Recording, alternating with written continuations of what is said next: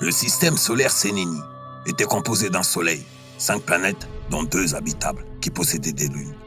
Lorsque 3500 ans ont passé, le soleil ne se lève plus sur certaines parties de Elon. On pouvait voir alors un phénomène incroyable se produire, un alignement unique de lunes et de planètes. Tous les astres étaient les uns à côté des autres, dans une symétrie parfaite. C'était une révolution en équipe. La planète Elon, en 3e position du système, recevait l'énergie des 4 autres. Et c'est à ce moment que la lame en avax se mettait à scintiller. Des aurores boréales se dessinaient dans le ciel. Ressenties comme un appel à la gloire de l'Empire Sabena, les Sénénis pratiquèrent le culte d'Anos. Les religieux avaient apporté des offrandes et des sacrifices.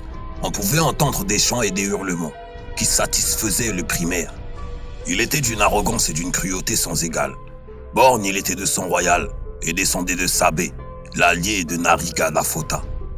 Plus loin dans le centre-ville, dans une ruelle, derrière un temple, un garde Sénéni fut retrouvé mort asséché, comme si son énergie vitale et tout son eau avaient été drainés. À la vue de ce garde, une esclave de race sonienne hurla de peur. Des gardes se précipitèrent vers la femme. Au moment de questionner la femme, ils firent pris de terreur. Sur la droite, dans la pénombre, se trouvait un autre garde gémissant les pieds au-dessus du sol. Son corps d'homme devenait celui d'une personne frêle à vue d'œil. On pouvait apercevoir une chevelure rousse dans les rayons de lumière. Les soldats firent feu, mais les tirs ne touchaient pas la cible, mais le mur et la dépouille, et l'entité se jeta sur eux. La femme sonienne tenta de fuir et trébucha sur un décor au sol. Elle mit ses mains sur sa tête et pria pour sa vie, et l'entité lui passa à côté. Cela étaient les mots qu'elle dit au capitaine de la garde qui vint en renfort sans nouvelles de ses soldats. 1 heure après, dans une allée remplie de statues de conquérants de l'Empire Sabena, menant dans une arène rectangulaire où le peuple était à l'apogée des festivités. Lorsque l'ambiance battait son plein, des cris résonnaient dans la foule, mais cela n'inquiétait personne, car ces cris se confondaient à ceux des personnes sacrifiées. Soudain, cela en devint bizarre, lorsque des personnes virent des corps asséchés sur le sol. Mais la panique de la foule se fit sentir quand plusieurs personnes virent l'entité de leurs yeux. Elle semblait flotter dans les airs et se jeter sur la proie la plus proche. Qui était-elle, se demandaient les prêtres Sénénis en la pointant du doigt. Plusieurs soldats tentèrent de l'arrêter, mais sans succès. Ils se faisaient aspirer leur essence vitale les uns après les autres, ou leurs armes lui passaient au travers. L'entité n'avait pas l'air d'avoir de but précis. Elle semblait se jeter sur les personnes comme une créature assoiffée d'un appétit sans fin. Ce soir-là, le culte d'Anos fut gâché. Le primaire était furieux. Il dut intervenir lui-même. Son siège était en hauteur au-dessus de l'estrade. Il fit 3 gestes de la main et dit à son premier général de fermer les portes. Et ce fut un désastre. La foule s'écartait sur les côtés en s'écrasant les uns sur les autres dans leur fuite. Quand soudain, le primaire Sabena apparut dans l'arène et cria « Hé, toi !» L'entité se retourna vers lui et dit « Sénéni ». Le primaire lui demanda curieusement « Qui es-tu » L'entité ne donna pas de réponse et se précipita sur le primaire Sabena. Il leva la main vers elle et la repoussa d'une vague de matière noire. Le primaire fronça les sourcils. Cela n'était pas assez. Il claqua les doigts et 3 prêtres Sénénis avec des particules argentées sur leurs mains entourèrent l'entité et l'emprisonnèrent dans un losange de cristal. Le primaire Sabena se rapprocha du losange et répéta la question « Qui es-tu » tout en se rapprochant encore plus près pour voir le visage de l'entité, qui se mit à hurler en frappant la prison de cristal. Le losange se mit à vibrer violemment. Le primaire pointa sa main en direction de la cage, et l'entité hurla. Le primaire se mit à absorber le léni de l'entité. Dans son action, il se dit « Quelle quantité incroyable de léni !» L'entité se déchaîna et se fit exploser la prison. Elle tenta de se jeter sur le primaire, qui la regarda avec mépris, les poings serrés, prêt à en découdre. Et elle disparut dans un flash lumineux. Ce soir-là, une question fut posée. Qu'est-ce que c'était? Une invasion ou une malédiction durant le retour de l'Avax?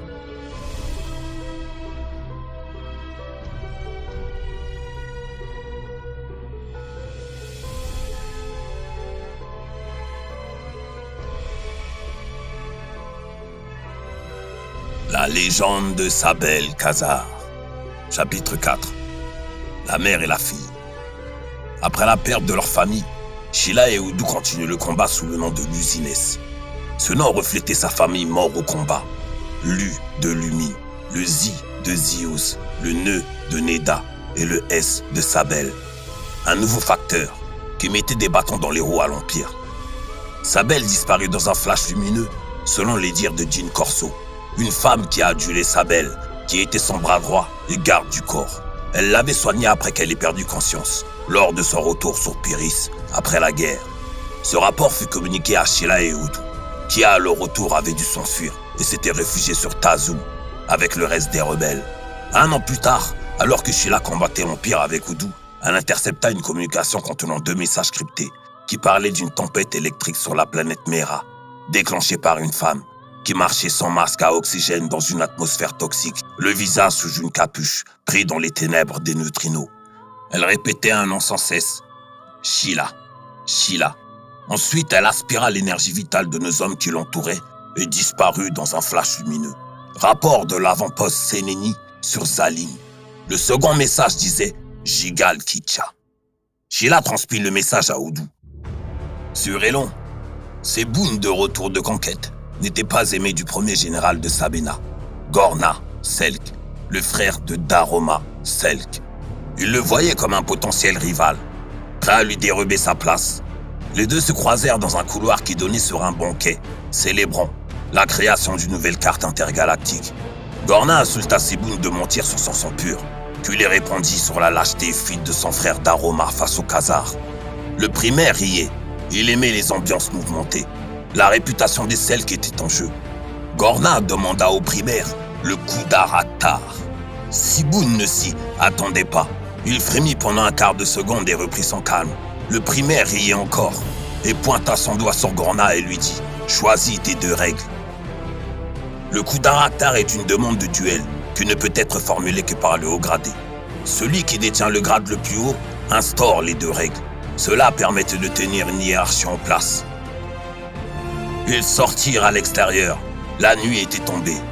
Une des lunes était pleine et brillait de couleurs argentées.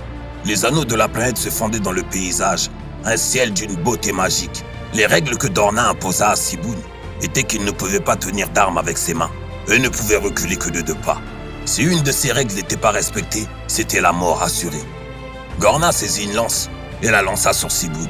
Sebun l'évita de justesse, mais elle le balafra au niveau du front en lui laissant une brûlure.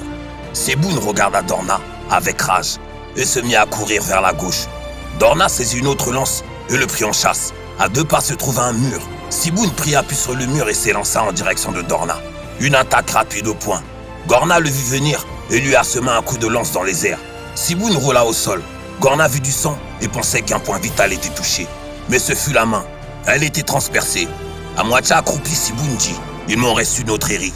Gorna s'élança pour en finir avec son adversaire, quand soudain, il s'arrêta. Il ne touchait plus le sol. C'était Sebun. Il avait affûté son léni. Gorna sortit un lima et tira dans la jambe de Sebun qui cria et fit un pas en arrière et se mit au sol pour ne pas reculer une seconde fois. Le piège annulé, il lui mit un coup de pied au visage et un second coup de fer de la lance qui fit craquer son genou. Gorna voulait en finir avec Sebun, quand soudain, les hommes de Sebun se mirent à chanter son nom. Gorna voulut s'empresser de l'empaler. Et une seconde fois, Gorna s'arrêta. Lui aussi tenta de faire appel au Léni pour se défaire de cette emprise. Mais son adversaire était d'un tout autre niveau. Sebun ne faisait que livrer des batailles. Il se leva et fit face à Gorna tout en tenant sa main ensanglantée en appui sur une jambe. Gorna commença à léviter. Il voulut utiliser son lima. Sebun lui broya la main avec une lampe de matière noire. Il ne voulait pas montrer l'étendue de ses pouvoirs. Cela aurait pu choquer l'unique et briser sa maison. Il se retourna vers le primaire et dit « Je suis Sebun Nota de la lignée pure. » Et le coup de Gorna craqua. Sebun se retira sous un tonnerre de hurlements. Il venait de gagner sa place comme premier général de Sabena.